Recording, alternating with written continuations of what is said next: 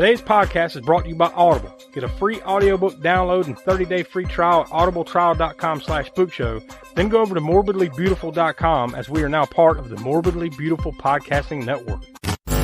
It has been established that persons who have recently died have been returning to life and committing acts of murder. Have you checked the children? I want to play a game. The box. You opened it. We came. Here.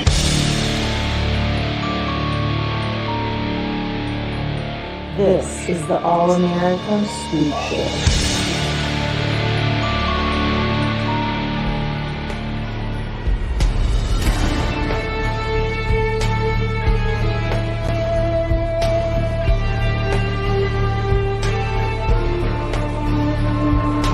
Hello and welcome to the latest edition of the All-American Spook Show. I'm Josh. I'm joined here with Donnie. Yo. And the Professor Smoke. What's up?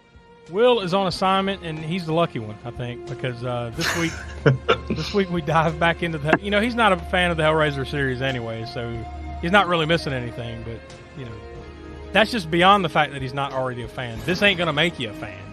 That's for sure. But yeah, this week we're going to be watching Hellraiser, Hellseeker from 2002. And unfortunately, I picked this. Now, the only reason, though, in my defense, I picked it is so we can get through these damn Hellraiser movies. Yeah. This is the sixth one, and we still got 5 more to watch, you know, over the course of the next, I guess, calendar year, however long it takes us. This might be the last one that we watch for a little while, though, because just the way the calendar is falling, unless one of you guys pick the next one, we're going to be approaching our big summer event at the beginning of June. So before you know it, we'll be there. So this might be the last one we do for a while, but we'll see. Maybe we can squeeze one more in there, you know, before then, just so we can, like I said, kind of swiftly get through the rest of this series. But here we are. And y'all are excited for the summer event. It's going to be the summer of rom-coms. Yeah. Right? I thought you were going to say something like it's the summer of watching all the Hellraiser movies again. No. I'd most definitely rather go with the rom-coms, actually. Yeah, no question.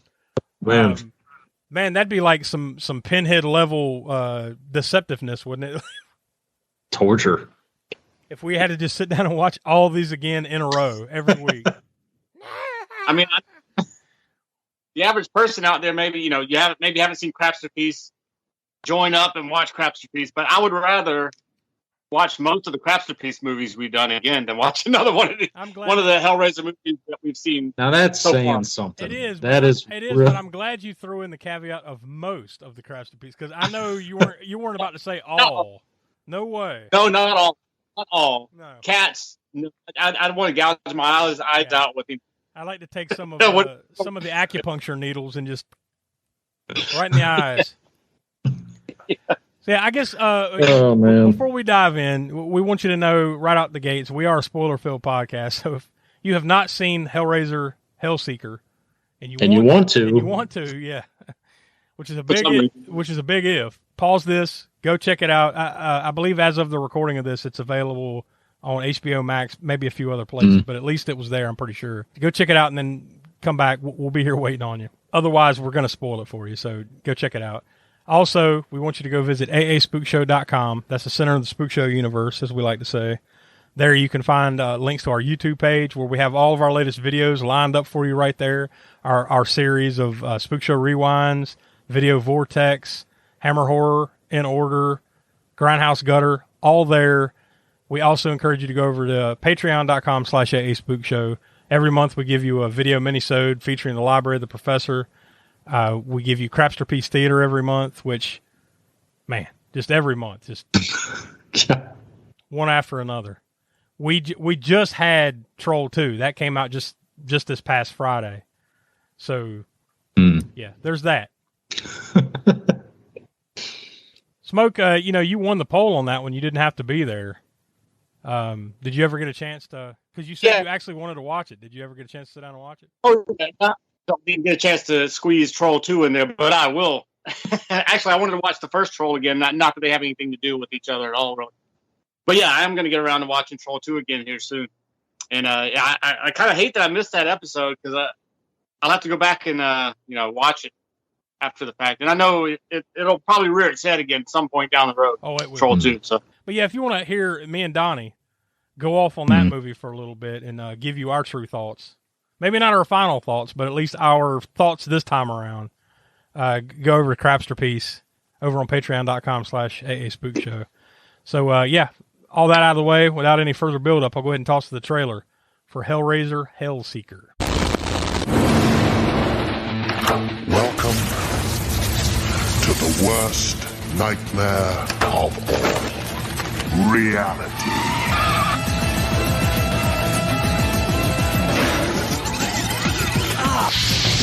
Which do you find more exhilarating? It's getting hot in here. The pleasure. It's perfect. I prefer pain. Well, what do you think?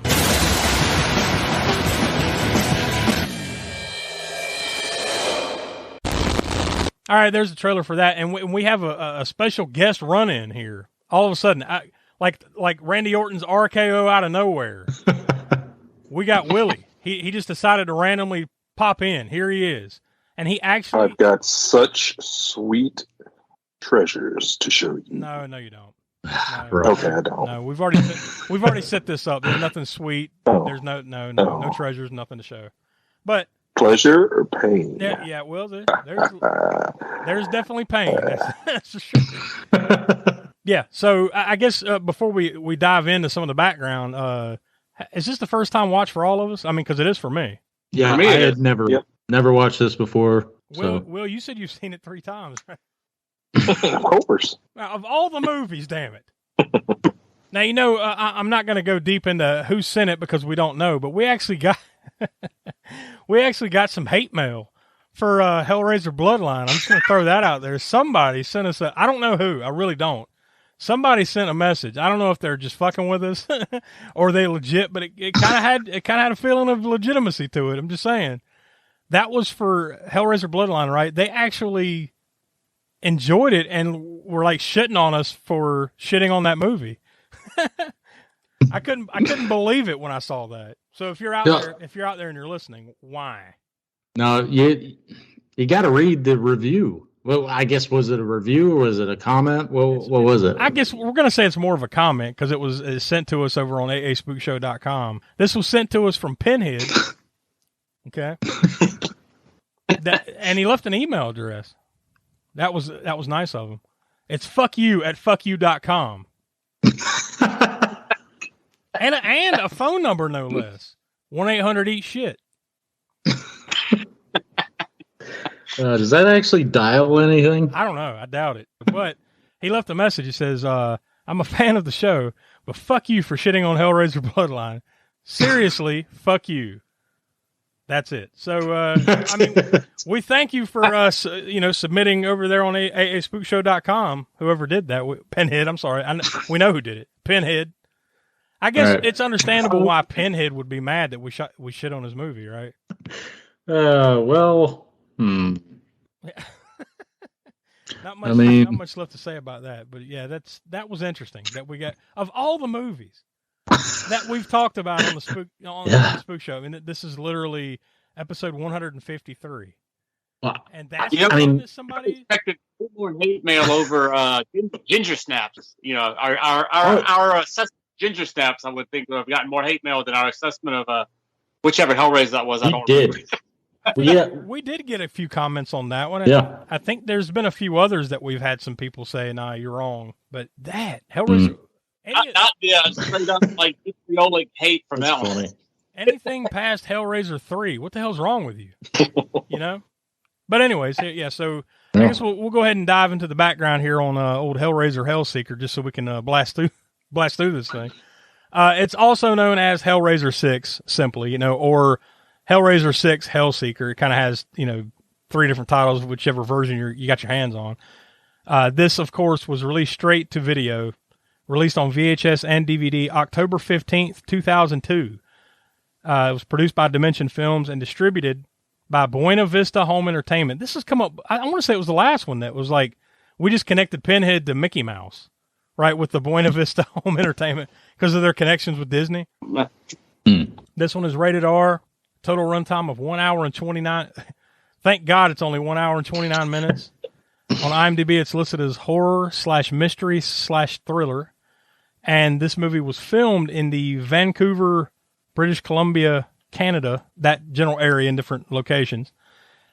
Starting, I didn't see like an end date of production, but I guess basically throughout the month of January of 2001 for a budget of $3 million. And boy, they really used every bit of the change they got on that one, huh? It was eventually released on Blu-ray July 17th of 2012. So 10 years later, somebody's like, you know what would be a great idea? Let's release this on Blu-ray. And they did. Yeah.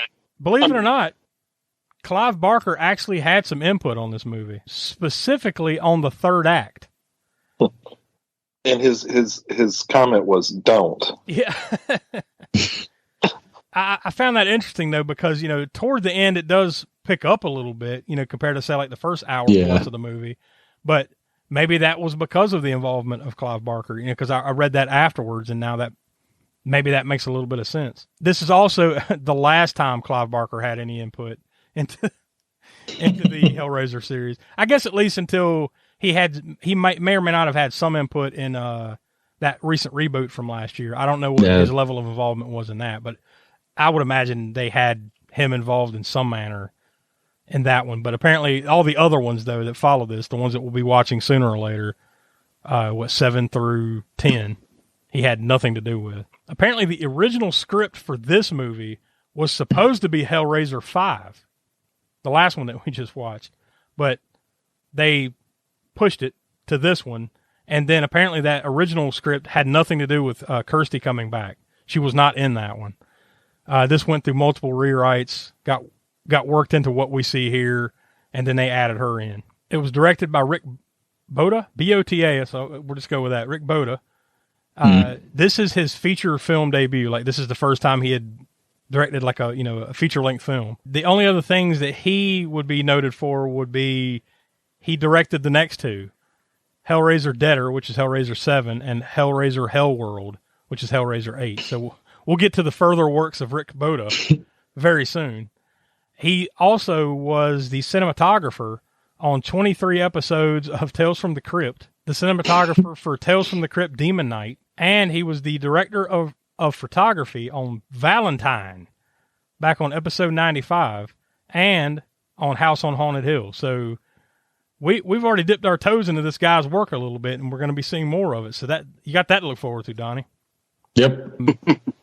It was written by Carl Dupree, who also wrote Detroit Rock City, The Prophecy 3, The Ascent, Hellraiser Hellworld, which is Hellraiser 8. He was the apprentice editor on Leprechaun 2. And he was the assistant editor for Mimic and Scream 2. So I think he's really known more for like his editing work and some of the other background work that he's done on other films, such as Mimic and Scream 2, than necessarily for these. And it was also written by Tim Day, who wrote Hellraiser Deader, which is Hellraiser 7, and he was an electrician. Smoke, you'll like this. He was an electrician on Waxwork 2, Lost in Time. Ah, an electrician. Yeah. Oh, and even better, by the way, he was the best boy grip on Fantastic Four from 1994. The Roger Corman Fantastic Four. I don't even think I put that on my resume. I don't know. I don't think he did either, but it's on IMDb. Catches you with everything, right? Yeah. This film stars Dean Winters as Trevor. You may know him better as Mayhem from the Allstate commercials.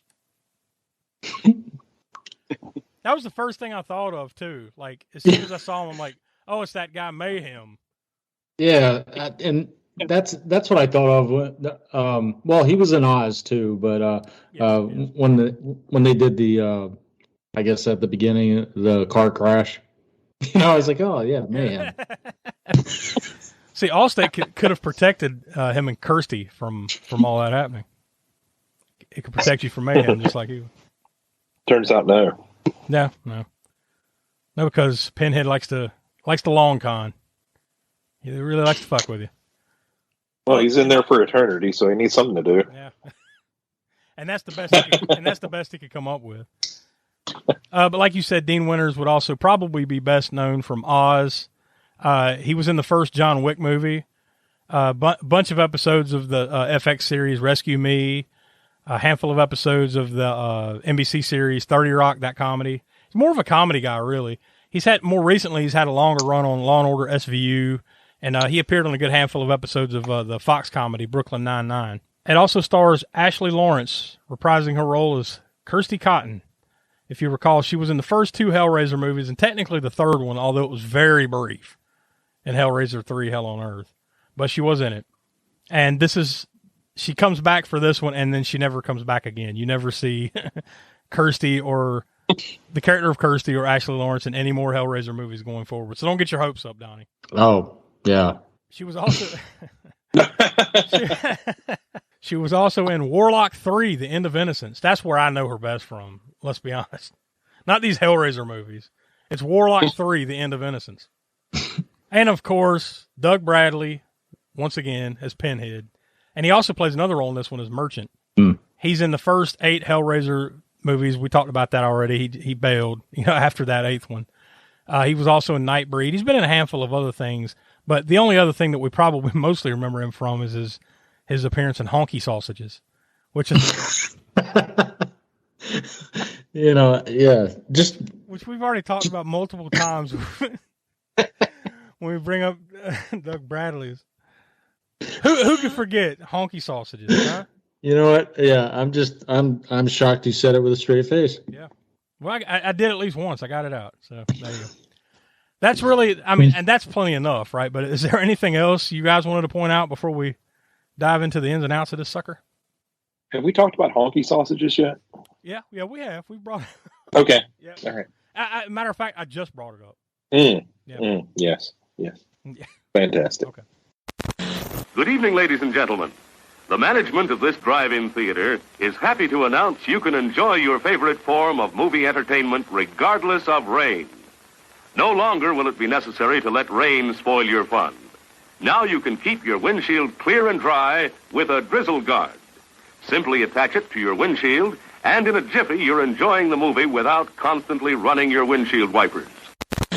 For you, the listeners of the All-American Spook Show podcast, Audible is offering a free audiobook download with a free 30-day trial to give you the opportunity to check out their service. So since we've done, 5 other Hellraiser movies, and I think I've typed in Hellraiser just about every time, this time I'm just typing in... Please, typed in Honky Sausages. No, I should. No, I typed in Clive Barker to see what will pop up. And, of course, we've got The Scarlet Gospels by Clive Barker. That one is a little over 11 hours long. We've got Weave World by Clive Barker. That one's over 21 hours long, and that's an Audible exclusive. And one more by Clive. We've got The Damnation Game. That one is right at 16 hours long. So, obviously, and there's tons more by him on here. So, I don't know if it's his complete works, but it's a lot of them. So, if any of that floats your boat, and let's just face it, if you've made it to the 6th Hellraiser movie, you're probably a fan of Clive Barker on some level. So to download your free audiobook today, go to audibletrial.com/spookshow. Again, that's audibletrial.com/spookshow for your free audiobook. All right, so I went over to IMDb, as we do, and I clicked on plot summaries. And Donnie, you'll be happy to know that there's only 2 here this time. So fantastic. It's not like a really long one. You've got the one-sentence one. A shady businessman attempts to piece together the details of the car crash that killed his wife, rendered him an amnesiac, and left him in possession of a sinister puzzle box that summons monsters.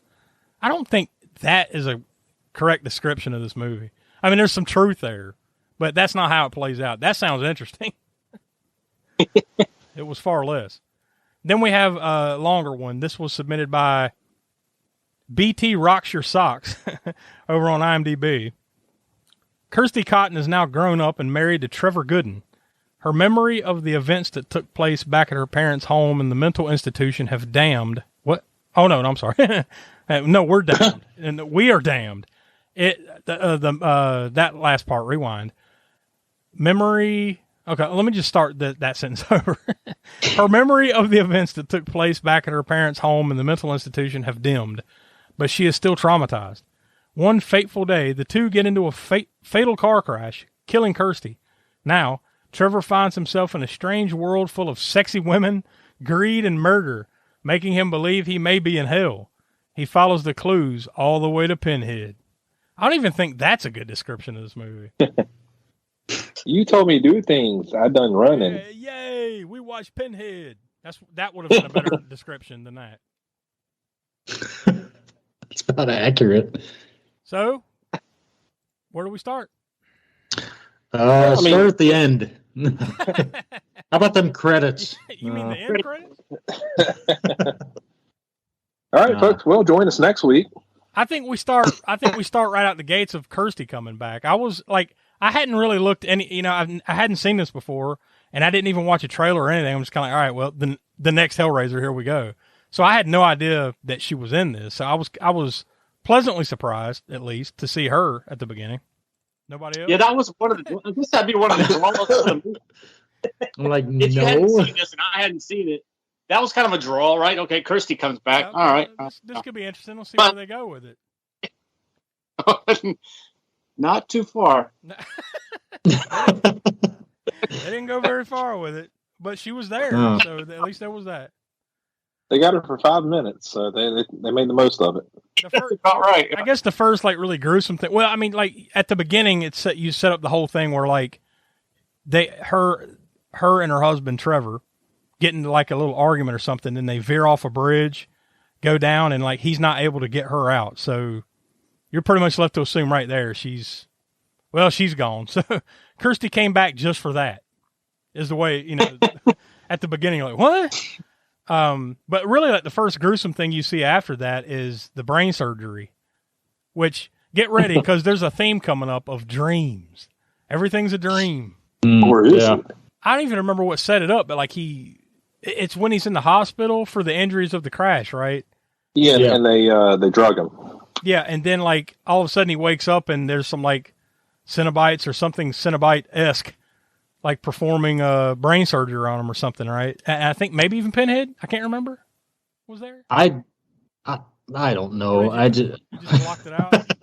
No, I don't know. I watched this 4 or 5 days ago, so I don't remember. Well, there's like open brain surgery. I think Pinhead was there and like sticks one of his hands in his brain. That does, that does ring a bell. He wakes up like that didn't happen. So like I said, that's actually a thing. That's a real procedure that they do. It's called awake craniotomy. Yeah, fuck that. Well, actually, yeah, my grandfather had to have it done many years ago. If I'm ever in a position where I have to do that, just go ahead and end me. Pull my brain out and leave me on the table. I don't know if I want to. I don't know if I'd want to come back from that one. No. I don't know, man. I'd be like, hey, man, can you record this so I can watch it later? I guess. I mean, I assume. How do they even do that? Did they like deaden your whole fucking head? Well, that's a great question. I don't know. I just know that he had to remain awake and alert, and had to tell them. Well, as far as my grandfather, he had to tell them when it stopped hurting. Fuck. Yeah, it was. They had to go in his brain and deaden a nerve. Through the screams of knowing what this is happening is when you would say that's when it stops hurting. Yeah. It never stops. Fuck. Yeah. That is rough. I can't imagine. Anyway. In this scenario, you see it happen, and then he just wakes up like, no, that didn't happen. So you're like, okay. Then there's a number of dreams that happen after that. He falls over, like he feels like he's being chased. By the way, this scene right here felt like the last movie where the engineer is chasing that guy. There's just some guy in a window across the street, and he's kind of hiding around the corner. And then he just randomly starts coughing up water and then pukes up an eel. By the way, can I point out, like, because it happens a number of times in this movie, the fly, like a sound of a fly. When you see something kind of gross, and there's the sound of a fly like buzzing, you can really make just about anything gross. If you think about it, right? Like, you could show a nice spread of Thanksgiving dinner, and you put in the sound effects of flies buzzing around, it's like, ugh, that's gross. Even though it's a nice looking dinner, if you put in that fly sound in a movie, man, it's going to instantly make it gross. Yeah, I mean, because when a fly lands on something, he basically just vomits on it, and then, I mean, it's what they do. So when you're armed with that knowledge, it's like everything about a fly is gross. So fast forward a little bit. Trevor is there's this woman. It's his boss or something, right? Or one of his bosses, supervisor, some woman of power in his company that keeps trying to like have sex with him, and like in the break room, she busts into his house and stuff. Well, eventually, like they start kind of getting hot and heavy, and then he's got a camera in his house, and you see, it looks like he's having sex with her, right? But then he's not. He's just like standing there watching it, and then you see like a couple Cenobites like come up behind her and put like a plastic bag over her head. So like. This is all he waves his hand in front of the camera while he and her are having sex. He's watching it through the camera, and he starts moving his hand, so it makes it look like it's live. Yeah, like he's there, but like he's not seeing it in front of him. But if he looks back at the TV that's hooked to the camera, he can see her basically being killed right in front of him. So it's this weird thing that is yet another dream. Move on to the next dream. He's randomly getting acupunctured, like. From this woman, Sage, right? And then Pinhead shows up, and I don't remember what line he delivers, but then he takes the pen out and stabs Trevor through the throat. Ah! He wakes up. Another fucking dream. What'd he sound like? Ah! and then it's another dream. Fast forward to the next dream. He's having sex with Tawny, which, by the way, is there a better like 80s and 90s I mean, slut named Tawny. Yeah. But he's having sex with Tawny, and then a Cenobite shows up, puts like this metal mask over his face, and then it's got like this screw apparatus thing, and then just turns it and pushes it in, like goes through his head. Right. Then he wakes up. I guess. That didn't happen. We assume it goes to his head, but the screw apparatus was so short that in reality, in physics, everything, he just pushed it into an open cavity where his mouth was. Which really it just went like halfway past his tongue. Ugh, whoa, what was that? Get this shit off of me. But anyways, yeah, you assume, but yeah, he wakes up, it's a dream.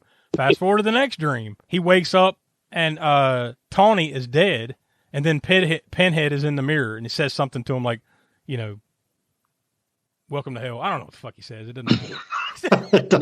He says some shit. Welcome to hell. Pinhead is not going to like this review.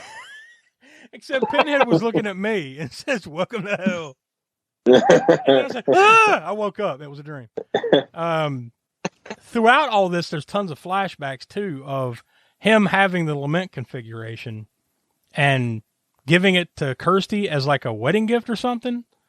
But you only get snippets of it. You get a little bit more towards the end, but you get these snippets of it happening, right? Where here's the lament configuration. Now open it. and I think that's a whole plot point that they still never really explained when it came back around to it toward the end. And we'll get to it in a minute. He has another dream where he's having sex with Sage, and then he wakes up and he's in the back of an ambulance. So at least that was a pleasurable dream, I guess, but there was really no point to just about any of this. Well, you see, it was a wet dream because of the ending, you see. Yeah. Then he woke up. It's a dream. There's a doctor in this hospital because he has to go to the hospital a number of times throughout the movie. And this blonde-haired woman named Allison, she's there. And he's talking to her, but then a janitor is like in this room, this random room, like cleaning it up. He sees Trevor talking to no one, basically. Like Trevor thinks he's talking to Allison, but he's looking at him and he's talking to nobody. So that's your first clue. Like, all right, something real wacky's going on here, right? Wait, you're talking about the 80 dreams before this didn't give it away? I think this is the first one though, where like in the quote unquote real world of this scenario that you see someone else witnessing it though, right? Like everything else is just him waking up and oh fuck. Oh boy, that was a nightmare. At what point, does beating the dead horse, what side of the horse did he not beat yet? Oh well, it was at least an hour and 10 minutes into this movie before they stopped beating that dead horse. Pinhead appears to him once again in another little sequence, and says, basically says that he is the killer because he says something along the lines of the killer is in this room, but it ain't me, right? Yeah, the killer is amongst us. Yeah, but it ain't me, kind of thing. This guy that pops in and out that works with Trevor, his name's Brett, who apparently is in on it too, because there's this whole subplot that you kind of start to figure out by this point that Kirsty had inherited some money from her dad and her Uncle Frank from the first movie, right, Smoke? And the whole thing is that Trevor and this guy, Brett, I guess, are trying... Brett, the hitman? Yeah, you're right. Are trying to kill her, or I guess the attempt was to kill her so they could get this money. Split the money. This money that she's got from her dad. But Brett's like, I guess this shit's too deep, shoots himself. At least that, I mean, because I don't even think they ever really explain his death in the end either, right? We'll swing back around to that in just a minute. But he shoots himself, which is really about the only time I think up to this point that you actually see anyone die, right? Like, you see people that are dead after the fact, but this is the first time you've actually seen someone on screen die in the movie. Because after that, he runs away and eventually finds Sage, the one that was giving him the acupuncture treatment. She's been stabbed to death, so she's dead. Detective Lang, who has been investigating Trevor this whole time, he walks in as soon as Trevor has found Sage dead and stabbed. He pulls the thing out and is just standing there with him when the cops walk in. So of course he's arrested. Wait, what thing did he pull out? The ice pick, right? Oh, sorry. All right. Oh no, completely different weapon. Completely different pullout. Yeah. Well, we're not talking about sex scenes in this movie. So I think this is where the movie goes off the rails in the sense of what the fuck is going on here. Because once he's arrested, Detective Lang, right, takes him down a hallway and closes the bars, and then he's talking to him, and all of a sudden the other Detective Givens, who is I guess Lang's partner, he comes out of the back of Detective Lang's head as like a worm. It's the CGI. It's bad CGI too. It's it's like First Lawnmower Man CGI. Yeah, that's bad. This is 10 years after the Lawnmower Man came out. This is $3 million budget straight to video type of bad is what it is. But that happens, so you're like, what the fuck? And he runs away, and then Pinhead finally gets a hold of him, I guess kind of at the end of the hallway. There's a room, and he gives him the old hooks and chains treatment, where it's the Jesus wept, Uncle Frank or whatever type thing, where he's, except you don't see it happen, of course, because this movie can't have at least one cool scene. No. You just see him get hooked up with the chains and shit, and then that's when you everything is revealed that in reality, you're in hell, motherfucker, and all these things happen except the opposite, right? It's revealed that Kirsty is the one that is still alive, and she got confronted by Pinhead again and basically threw everybody under the bus. How about I get you 5 souls for myself? So she turns around and gets Pinhead, Brett's soul, the 3 women. What is it? Sage and Allison and whoever the other one. Gwen. I don't think it's Allison. I think it's Gwen. No, not Allison. Yeah, Allison is the coroner or whatever at the end. Yeah. Sage, Gwen, and doesn't matter. 3 women. Fucking knows. Yeah. 3 women and Trevor. Trevor is the Tony or whatever. Tony, yeah. How could I forget? Tony, How could I forget? That's the 5 souls in exchange for her own. So then you basically see them pulling Trevor out of the car in the lake or in the river, whatever that is. He's dead. He's dead because Kirsty shot him in the head. That's when the car at the beginning, when she shot him in the head, the car goes off the side of the bridge. And so then when they've got Trevor's body on the gurney or whatever, and the guy's like, for no reason, really. He's like, hold on, let me take a look. And you notice he takes his pen and looks in the guy's coat like, nah, nothing. Nothing. Oh, wait a minute. What is this? And then they pull a whole fucking eel out of his mouth. Oh, man. Which I guess would allude. I guess it's only there to go back to that part where he pukes up the eel, right? Well, this is why he was thinking that in death. Yes, he was dreaming about swallowing an eel when he was dead, and it appeared in his hell dream. Yeah. But anyway, that's the only thing that makes sense to me. Allison, who is the woman that he keeps seeing at the hospital every time he goes. Yeah. She is talking to his corpse, and even the coroner's like, "Damn, I'm the coroner, and you're creeping me out." She's like, "Well, just because they're dead don't mean you can't talk to them like they're human or whatever." Something, yeah. Shit she says. So that explains why he keeps seeing Allison, and she's talking to him, right? Then Detective Lang, who Christy is now at the scene or whatever. Detective Lang gives her the limit configuration to box. He's like, "Oh, we found this box. I believe it. It meant something to him, so it should belong to you." In the end. Yeah, basically. Yeah, there you go. Hellraiser, Hellseeker. So about an hour of this movie was horse shit, and then it finally got to the point of, just like the last one that we watched, it's basically all Pinhead. This guy's hell, right? He's in hell, and Pinhead's fucking with him. That's the whole movie. Dreams, hallucinations. Smoke, I think it was you that pointed out, like, when was the shift here with these movies where they wanted to do police procedurals? Well, I think there was a little bit of it in part 3 even, but not as much. I mean, it wasn't focused on that. It was there, but it was really the fourth one. The one in space, right? They did have that a little bit of police, but after that, then definitely. The last two, definitely these last two. This one and who cares about the name of the last? Bloodline? No, Inferno? Was it Inferno? Yeah. Inferno, and this one, Hellseeker, have basically been like Cenobite versions of Law and Order SVU or something.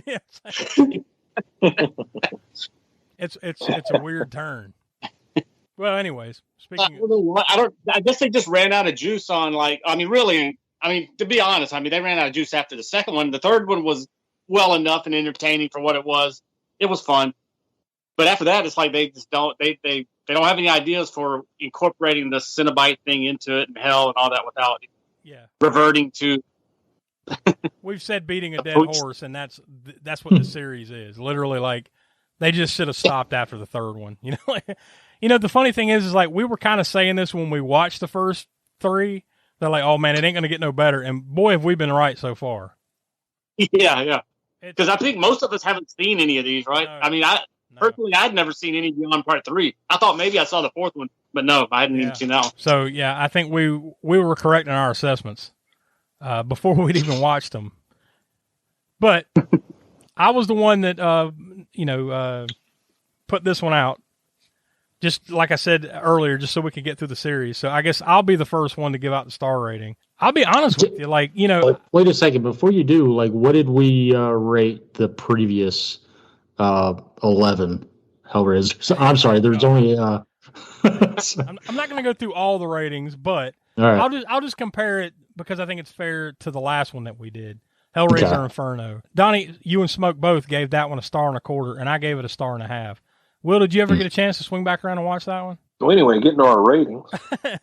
Well, then we don't have a rating for him on that one, but I think based on that, I can't necessarily say that this was any damn better or worse than that one. I'm going to say the same as I did that one. I'm going to say a 1.5 stars, and that's just because I think there is a little bit more Cenobite stuff in this one than there was in that one, if I remember correctly. Like, I don't remember hardly any in that one. Remember, that's the one where Pinhead's barely in it.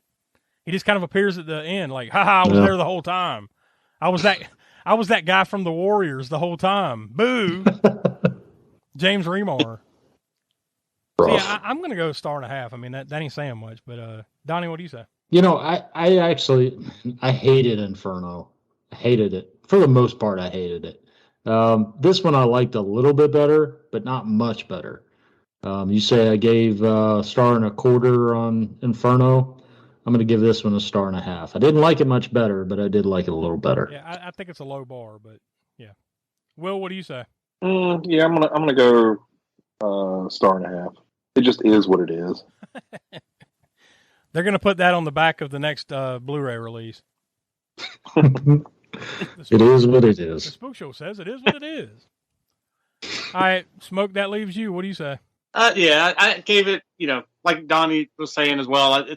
I don't know that I like it that much better or worse than the last one we did, Inferno, but I gave that one, I think, a 1.25 stars. Yep. One thing though that I don't like about this one that is just a personal thing more so than others is that I'm not a fan at all of the whole dream sequence cop out. I think it's a whole cop out thing when you have like your entire movie is a flashback or dream sequence or whatever. Yeah. I can't stand plot device. So, I mean, yes, it's great that the Cenobites were in here a little bit more than they were in the last one, even though they don't do terribly much, right? No, they don't. But I think I'm not going to give it any more, so I'm going to stick with a 1.25 stars, same rating I gave the last one. And that's because even though I think maybe the plot's a little bit, what there is of a plot is maybe a little bit better with this one, or there's more Cenobites or whatever, but just that whole dream sequence thing, I just hate that personally whenever that's used as a major plot device. Yeah. Or, not that it's a dream sequence, but you know what I mean. That it basically is a dream sequence. It's a glorified, he's trapped in his hell thing, whatever, and it's basically a dream sequence. We talked about that when we talked about Inferno. It was like, I'm not a big fan of movies that are basically bullshit. Yeah. Right? Like, most of it didn't happen, or it's all horse shit. And like, I referenced back then, and I'll reference it again. I liked April Fool's Day for what it was, but I think just generally speaking, and this is a spoiler if you haven't seen it, earmuffs. Nothing happened in that fucking movie, and I hate you. Everything you saw, it was shit. It's funny you mentioned that because that was exactly the movie that I had in mind when I was talking about dream sequences and things of that nature. Movies that we've kind of done or whatever. That was the one that in the back of my mind it popped up. Yeah. So you mentioned April Fool's Day. So the consensus for us on Hellraiser Hellseeker is 1.4 stars out of 5. So not good, but if you feel the need to be completionist, as apparently we are, and watch all the Hellraiser movies. Yeah, we could stop. No, we got to keep going. No, it's a thing. Can we make this part of Crapsterpiece? Yeah, let's just shift the series over to that, and then bring it back when we get to the last one. I think I mentioned that before Will had come into the show that I'd much rather watch a good portion of the Crapsterpiece movies that we've done again than ever see this one again. Yeah. Or careful what you wish for. Yeah. I'm not going to completely argue it, but yeah, the critic aggregates that we always reference for this one, IMDb, it got 4.9 out of 10 stars, which is a little higher than I would. I mean, granted, it's IMDb, so anybody can vote, and you get 30,000 votes, but still 4.9 out of 10. That's a little higher than I would think, but honestly, it jives with even the Metacritic score. On Metacritic, the Metascore is 46, and that's out of 100. So it's pretty much about the same. I'm kind of surprised, but I'm not surprised by this one. Rotten Tomatoes, the tomato meter, 0%. And that, now granted, that's only 9 reviews, but still pretty sure that is the lowest we have ever seen for any movie we've done. That wasn't Crapsterpiece. Yeah. Well, I mean, 0%, you can't go any lower, but I don't think we've had another 0% for anything that I've kept, and not that I have the whole chart up here, but I think anything we've done, I think it's the first one. But the audience score was 33%. So that feels more right to me than 4.9 or 46 Metascore or whatever. But either way, it didn't sound like not very many people liked it, except for Pinhead. I'm sure we'll get a stern letter from him over on aaspookshow.com. But yeah, so that's where we'll leave it for now as far as our star ratings are concerned. But we have our usual segments, and we're going to be introducing a new one this time around. So I'll explain that here in just a second. But until then,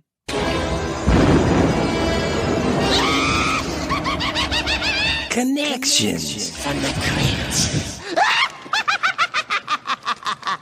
There's the giggles that you love so much, Donnie. Oh man! All right, so if this is your first foray into the Spook Show world, what a weird episode to spot, kind of come in on. Why would you cherry pick this one? Right? Like, I would seriously doubt anyone actually would, because that's just based on the numbers from the last couple Hellraiser movies. You know what? I don't think anybody's listening to this. I don't know. Maybe, Pinhead out there who kind of gave us there's Pinhead. There's Pinhead. Yeah. But anyway, so we connect the current movie episode to past Spook Show episodes by any cast or crew. So on the cast side, no surprise, Doug Bradley plays Pinhead in Hellraiser 1, 2, 3, Bloodline, and Inferno. This was, was this Hellseeker. This was the 6th. He was in the previous 5. So that's cast taken care of on the crew side. We've got makeup effects creator Gary J. Tunnicliffe and Smoke's favorite, Ginger Snaps, and also Hellraiser 3, Bloodline, and Inferno. So those are the connections for past Spook Show episodes. That will lead us into...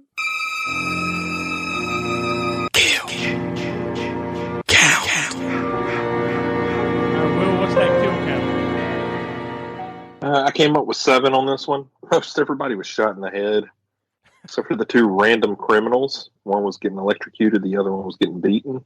But I kind of helped Smoke with the gore score. Let's go through what happened to everybody. Christy at the beginning got drowned. Wynn got suffocated. Trevor got a needle through the back. Trevor got a screw steel through the mouth. Tony was killed by the Cenobites. Trevor was stabbed with an ice pick. Brett was shot. Sage had the ice pick to the head. The 2 criminals again. And then everybody really just got shot through the head. Lots so, yeah. Lots of shooting in the head. Lots shooting in the head. Trevor, Tony, Brett, Sage, and the 2 criminals. There you go.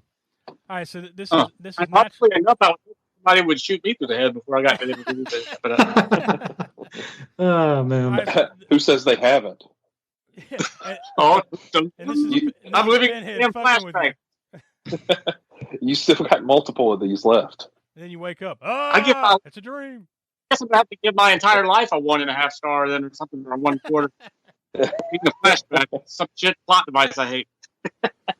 All right, so this will naturally lead us, before we get to the gore score, we're going to have a new segment, and this will be one that I kind of, we'll kind of talk about it beforehand before we hit air, but like, basically, this is what I'm going to call the highlight kill.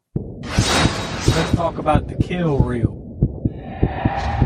Highlight kill. So, I'm going to say, and this, man, what a movie to do. Like, we're going to start doing this little highlight kill thing. So, like, basically the premise is this will be, for lack of a better way of phrasing it, the best kill. The one that stands out. The one moment of the movie that people will probably take away. This movie is devoid of it. It doesn't have, it really doesn't have a moment you're going to take away and, you know, like, oh yeah, that movie sucked, but there was that one. No, this doesn't have it. But the closest I could come up with, and I think you guys probably mostly agree, is Kirsty shooting Trevor in the head that leads to the car crash at the end.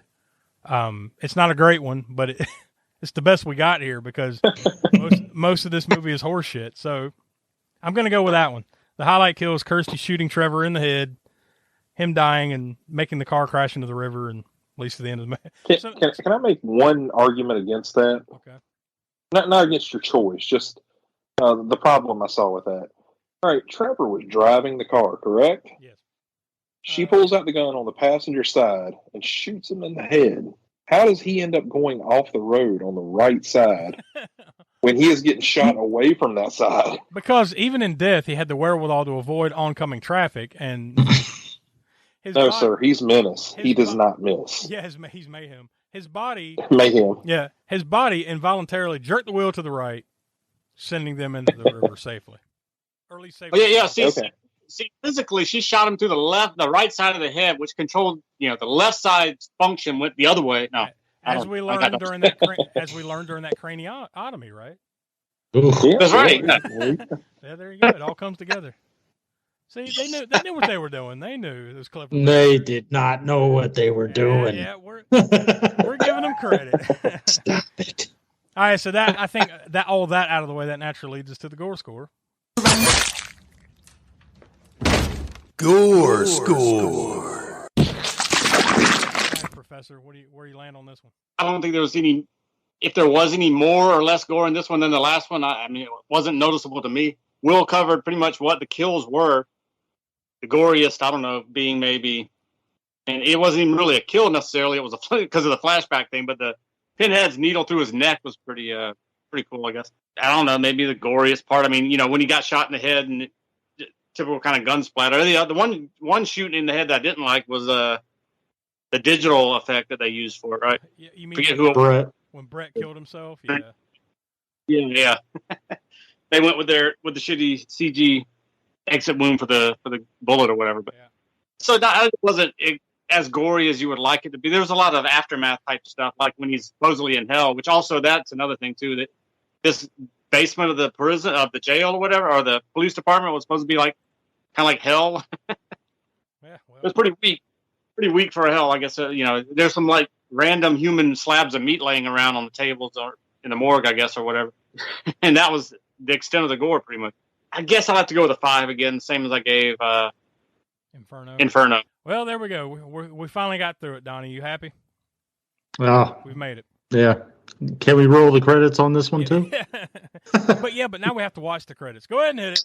Ah, damn it. Son of a bitch. All right, so there you go. That's Hellraiser Hellseeker. We'll leave that one in the dustbin, and I'm sure sooner or later we will get around to the next one, which is Hellraiser Deader, but not next week. Next week it's onward and upward for sure. Way up. We're going back to the Cult Corner series, and we all nominated something, spun the wheel, and it landed on Fight Club from 1999. I'm sure there's going to be a lot of jokes next week when we do Fight Club, but I will say this is going to be a tough one to do because technically we can't talk about it. So shortest episode ever. It might be. So stay tuned for next week to find out. So for Will, Donnie, Professor Smoke, I'm Josh. We are the All-American Spook Show, and we'll talk to you next week. And now, folks, it's time to say goodnight. We sincerely appreciate your patronage and hope we've succeeded in bringing you an enjoyable evening of entertainment. Please drive home carefully and come back again soon. Good night.